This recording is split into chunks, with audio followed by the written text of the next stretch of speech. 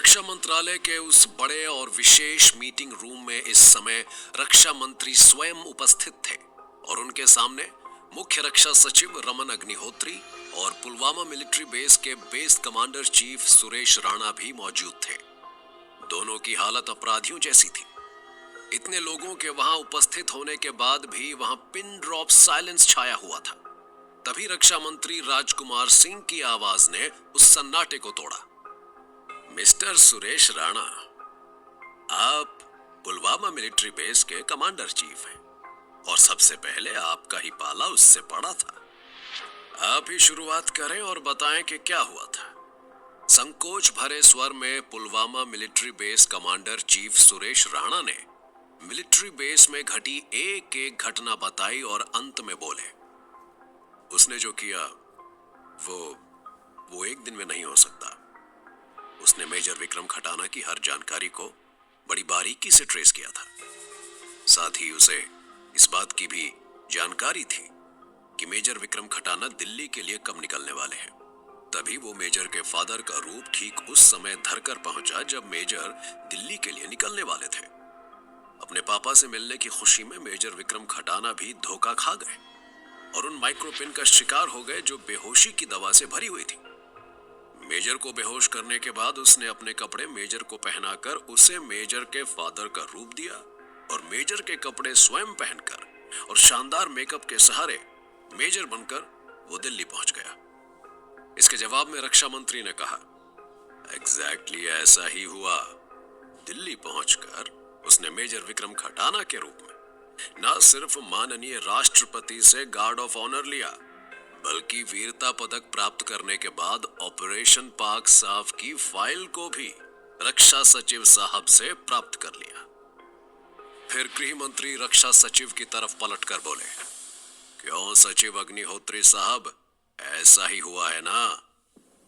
रक्षा सचिव रमन अग्निहोत्री ने थूक निगलते हुए जवाब दिया, जी मंत्री साहब, ऐसा ही हुआ। उस धोखेबाज ने हमारे विशेष ऑफिस के रूम में आराम से बैठकर ऑपरेशन पाक साफ की फाइल को स्टडी किया। फिर जब हमने उससे फाइल ले ली और हमारे फोन पर पुलवामा मिलिट्री बेस से राणा साहब की कॉल आई, तो उस कॉल को देखने के बाद वो हमारे पैर छूने के बहाने हमारे पास आया। फिर पता नहीं उसने ऐसा क्या किया कि हम बेहोश होकर गिर गए। उसके बाद क्या हुआ हमें कुछ पता नहीं। हमें मालूम है उसके बाद क्या हुआ। आपको बेहोश करने के बाद वो धोखेबाज आपके बेहोश शरीर को खींचकर आपके ऑफिस के बाथरूम में ले गया। वहां उसने आपके सारे कपड़े उतारकर आपको अच्छी तरह से बांध दिया और फिर आपके कपड़े पहनकर और आपका रूप धरकर वो आराम से वहां से निकल गया। पुलवामा मिलिट्री बेस से हमें पहले ही खबर मिल गई थी, इसलिए हमने आपके ऑफिस के बाहर सिक्योरिटी को टाइट करवा दिया था और किसी भी अनवांटेड पर्सन को बाहर ना जाने का आदेश भी दिया था। जब वो खुद रक्षा सचिव के रूप में बाहर निकलने वाला था तो भला रक्षा सचिव को कौन रोकता? रक्षा सचिव बोले, जी सर, यही बात थी, लेकिन इसमें अच्छा ये हुआ कि ऑपरेशन पाक साफ जैसी बेहद सीक्रेट फाइल उसकी चपेट में आने से बच गई। हमने उस फाइल को उससे लेकर अपने हाथों से स्ट्रांग रूम में रख दिया था। Good, very good. क्या हम उस फाइल को देख सकते हैं? जी, क्यों नहीं सर, मैं उस फाइल को साथ लाया हूं। ये कहते हुए रक्षा सचिव रमन अग्निहोत्री ने ऑपरेशन पाक साफ की फाइल रक्षा मंत्री के सामने रख दी। रक्षा मंत्री ने कुछ देर फाइल को देखा और फिर उसे जोर से टेबल पर पटक कर बोले, ऑपरेशन पाक साफ की ये फाइल सीक्रेट अवश्य है, लेकिन ऐसा भी क्या सीक्रेट है कि एक अक्षर भी नजर ना आए? सर, समझ नहीं आया, आप कहना क्या चाह रहे हैं? जवाब में रक्षा मंत्री दहाड़ उठे, जिसे आप ऑपरेशन पाक साफ की फाइल बता रहे हैं वो एक रद्दी कागजों के ढेर के सिवा कुछ नहीं है। मतलब ये कि इस फाइल में वे रद्दी कागज भरे हुए हैं जो एकदम कोरे हैं, उन पर एक भी शब्द नहीं लिखा हुआ है। देख लीजिए अपनी आंखों से। इतना कहकर रक्षा मंत्री ने फाइल को सभी के सामने उछाल दिया। जिसने देखा वो चकित रह गया। सचमुच फाइल का हर कागज कोरा था, किसी पर एक भी शब्द नहीं लिखा था। रक्षा सचिव तो ऐसे बोले जैसे उन्हें हैरानी का अटैक पड़ गया हो। ऐसा ऐसा कैसे हो सकता है सर? ऑपरेशन पाक साफ की इस फाइल के सारे कागज कोरे कैसे हो सकते हैं? मेरी समझ में तो कुछ नहीं आ रहा सर। जवाब वहां मौजूद एक दूसरे सचिव ने खड़े होकर दिया। ये राइटिंग इरेजर स्प्रे का कमाल है सर। हम अपने एजेंट्स को अक्सर ऐसे स्प्रे देकर रखते हैं। उस स्प्रे में जो केमिकल होता है उसे लिखे हुए कागज पर डालने के बाद वो केमिकल कागज पर लिखे हुए सभी अक्षरों को ऑटोमेटिकली इरेज कर देता है। Oh my God, oh my God! ये कहते हुए रक्षा सचिव अपने दोनों हाथों से अपना सर पकड़कर बैठ गए। ठीक तभी रक्षा मंत्री राजकुमार सिंह के फोन की घंटी बज उठी।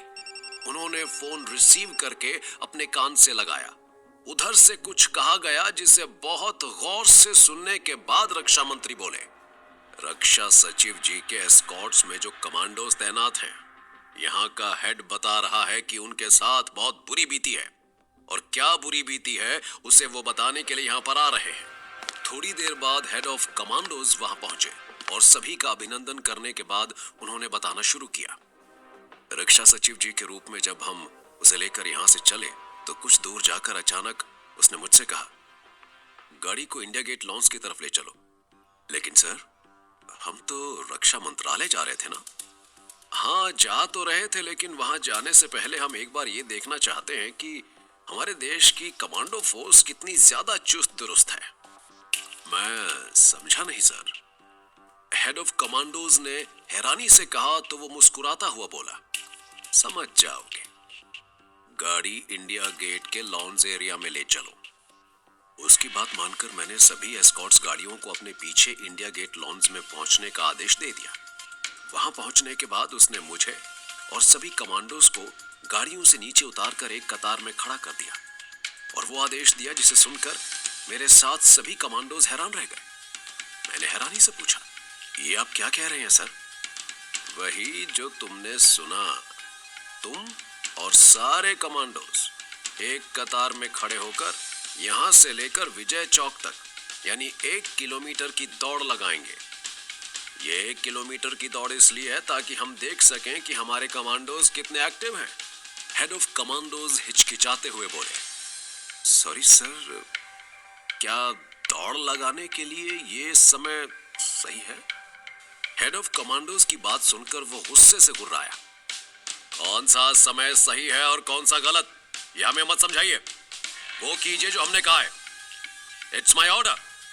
और फिर मरते क्या ना करते की तर्ज पर हम सभी कमांडोज ने उसकी बात मानी और 1 किलोमीटर की दौड़ लगाने निकल पड़े। जब तक हम दौड़ लगाकर वापस आए तब वहां कोई नहीं था। हम सभी हैरान थे कि ये हो क्या रहा है। तभी हेडक्वार्टर्स से मैसेज आया और हमें पता चला कि ये गड़बड़ हो गई है। इसमें तुम्हारे साथ बहुत बुरा गुजरने वाली क्या बात है? एक अधिकारी ने पूछा तो रक्षा मंत्री राजकुमार जवाब देने के लिए खुद बोल उठे। देश की सबसे सुरक्षित और ताकतवर कही जाने वाली ब्लैक कमांडोज फोर्स के जवानों को कोई भरी दोपहर में 1 किलोमीटर की दौड़ लगवा रहा है। भला इससे बुरी और क्या बात होगी? रक्षा मंत्री के सवाल ने सभी को सोचने के लिए विवश कर दिया था, जबकि रक्षा मंत्री ने अपनी बात फिर बड़ी गंभीरता से कहनी शुरू की। जो हुआ वो बड़ी ही प्लानिंग के साथ हुआ। जो किया गया वो पूरे तरीके से ठोक बजा कर किया गया। ये सब कोई कमाल की बात नहीं है, बल्कि कमाल की बात तो ये है कि जो किया एक शख्स ने किया। और अब सवाल ये है कि हमारी आर्मी को, हमारी इंटेलिजेंस को गुमराह करके हमें इतनी बड़ी चोट देने वाला वो शख्स कौन है? रक्षा मंत्री ने जो सवाल किया था वही सवाल वहां मौजूद हर शख्स के दिमाग में घूम रहा था, लेकिन उस सवाल का जवाब किसी के पास नहीं था।